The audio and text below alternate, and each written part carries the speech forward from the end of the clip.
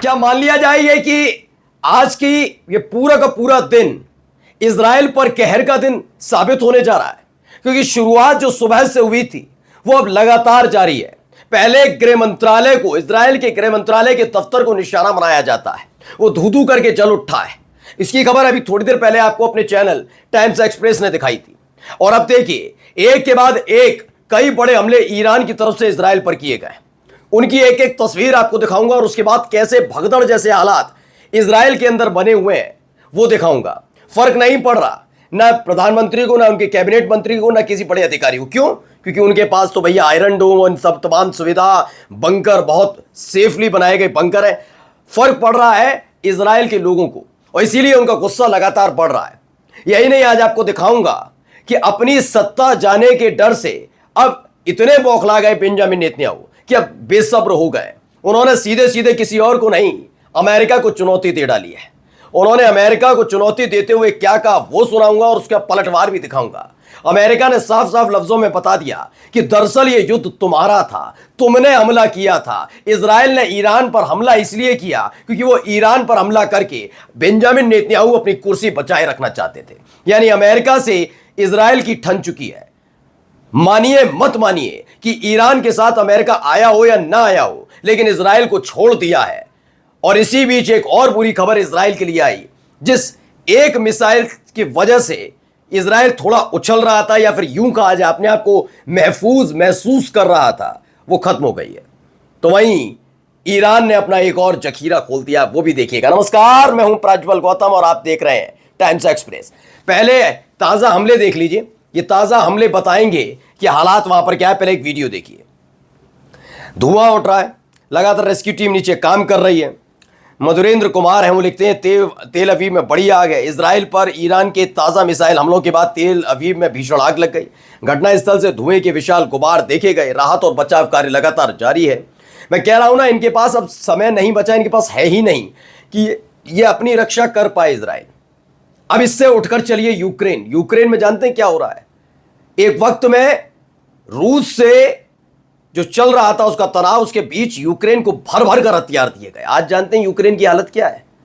अगर उसके यहां कोई मिसाइल आती है तो उसे वो रोक नहीं पाएगा, क्योंकि एयर डिफेंस सिस्टम है ही नहीं। है भी तो वो खड़े हुए हैं, उनके पास कोई उसका इंटरसेप्टर नहीं है जिसके जरिए उसको रोक पाए। ऐसे ही हालात अब इजराइल में बन रहे हैं। ये देखिए, हालत ये हो गई है, एक एक मिसाइल तेल अवीव में गिर रही है। लोग डरे हैं, सहमे। अभी अलग अलग तस्वीरें मैं आपको दिखा देता हूं, 4 वीडियो अलग अलग है। पहली वीडियो देखिए, इस वीडियो में भी आपको नजर आ रहा होगा लगातार आग लग रही है, आग लगी हुई है, वहां पर रेस्क्यू टीम चल रही है। दूसरी वीडियो में भी है। तीसरी में देखिए कैसे इसने हमला किया था, वो वीडियो भी देख लीजिए। अब चौथी वीडियो देखिए, जिस छत पर गिरा ईरान का मिसाइल, उस वहां पर कैसे सब धुआं धुआं हो गया। चलिए, इसको लेकर भी क्या लिखा गया है। ईरान द्वारा इजराइल पर ताज़ा मिसाइल हमलों के बाद तेल अवीव और हाइफा में जोरदार विस्फोटों की आवाज सुनाई गई। लगभग 20 बैलिस्टिक मिसाइल दागी गई, जिनमें से कई को इजरायली डिफेंस सिस्टम ने मारा, लेकिन कुछ गिरी और कुछ के मलबे की इमारतों और आवासीय इलाकों को नुकसान पहुंचाया। कई लोगों के घायल होने की खबर है। बियर शेबा और नेगेव क्षेत्रों में विस्फोट हुए और तेल अवीव में इमरजेंसी परिस्थितियां जारी हैं। लगातार हालात बिगड़ रहे हैं वहां पर, इस तरह का दावा किया जा रहा है। अब आइए, यही वीडियो जो मैंने दिखाई थी, इजराइल को मारा है कितना बुरी तरीके से, आप समझिए। हालात यह है कि आग भीषण लग चुकी है और उसको बुझाने के लिए पानी भी कम पड़ता जा रहा है। इजरायलियों पर क्या बीत रही है वो देखना चाहेंगे, पहले वीडियो देखिए आप। तो सोचिए, नंगे बदन सब कुछ छोड़ छाड़ कर गंदा सा कोई टनल बना हुआ है, उसमें जाकर छुपने की वो मजबूर है। कितनी देर छुपना पड़ेगा, कितनी देर खड़ा होना पड़ेगा, ये कुछ नहीं पता। इजरायलियों को डरे हुए हैं, सहमे हुए, कहाँ जाएं, क्योंकि सरकार के पास तो अपनी सुरक्षा की पूरी व्यवस्था है ना, चाक चौबंद व्यवस्था के तहत चल रही है, बंदोबस्त पूरे हैं अपनी सुरक्षा के लिए। लेकिन नागरिकों का क्या? ये बेंजामिन नेतन्याहू ही नहीं, कोई भी देश जो युद्ध लड़ता है ना दोस्तों, वो युद्ध अपनी जेब से नहीं लड़ता, उसमें से पैसे निकाल कर नहीं लड़ता उस देश का राष्ट्र प्रमुख कि मेरी पुश्तैनी जमीन बेच दो और मैं देश के लिए लड़ाई लड़ रहा हूं। नहीं, ये लड़ाई लड़ी जाती है आम नागरिकों की पैसों से, टैक्स पेयर के पैसों से। और उनका हालत क्या है देखिए इजराइल में, उसका सारा पैसा इस्तेमाल हो रहा है बेंजामिन नेतन्याहू की सुरक्षा के लिए। और नेतन्याहू को आपने देखा कभी? और देखिए बेचारे कहाँ अलग अलग जगह बेचारे लगे पड़े हैं, छुप रहे हैं, कहीं भाग रहे हैं, ऐसा हो रहा है। अब आइए बड़ी खबर, अमेरिका नहीं आ रहा, उसको लेकर बड़े परेशान है बेंजामिन नेतन्याहू और धमकी दे रहे हैं। क्या दे रहे हैं? और देखिए बौखलाहट किस कदर बढ़ी है अभी भी इसके बाद भी।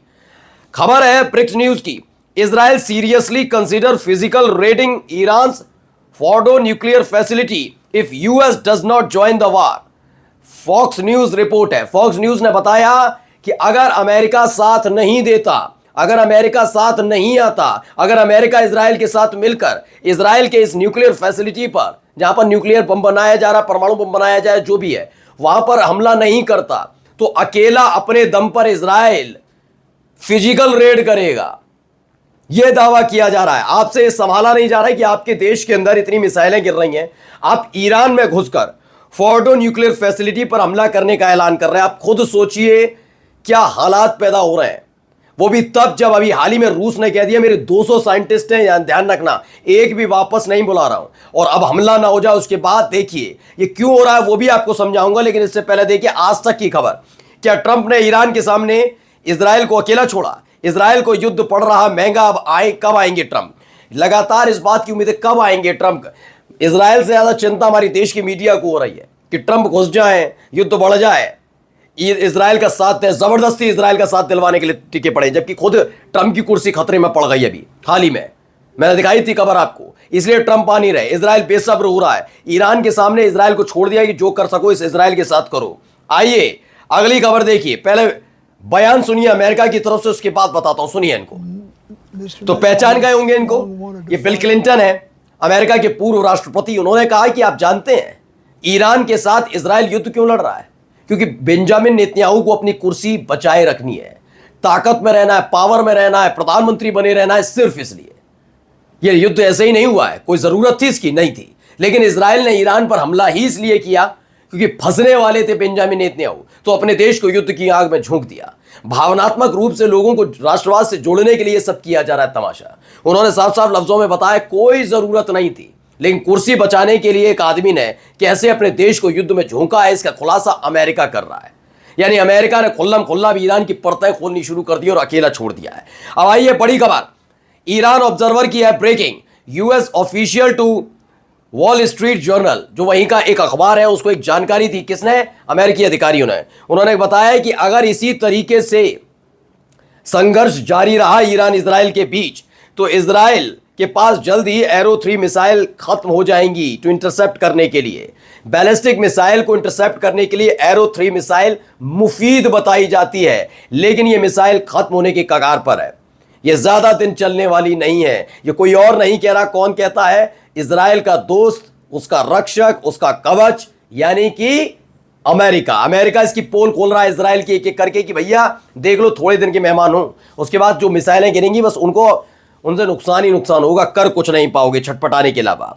और जाते जाते एक वीडियो देखते जाइए पहले। ये तो ये घातक गजा 14 जो इनका ड्रोन है वो निकाल दिया है।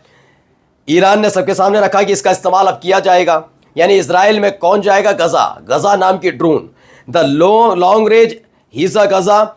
ये इसमें कोई व्यक्ति नहीं बैठता, अनमैन्ड है, यानी कि यूएवी है।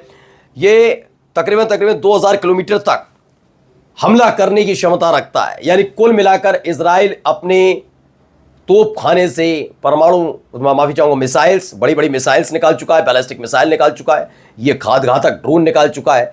अगले 1 से 2 दिन बहुत भारी हैं इजराइल पर। नमस्कार।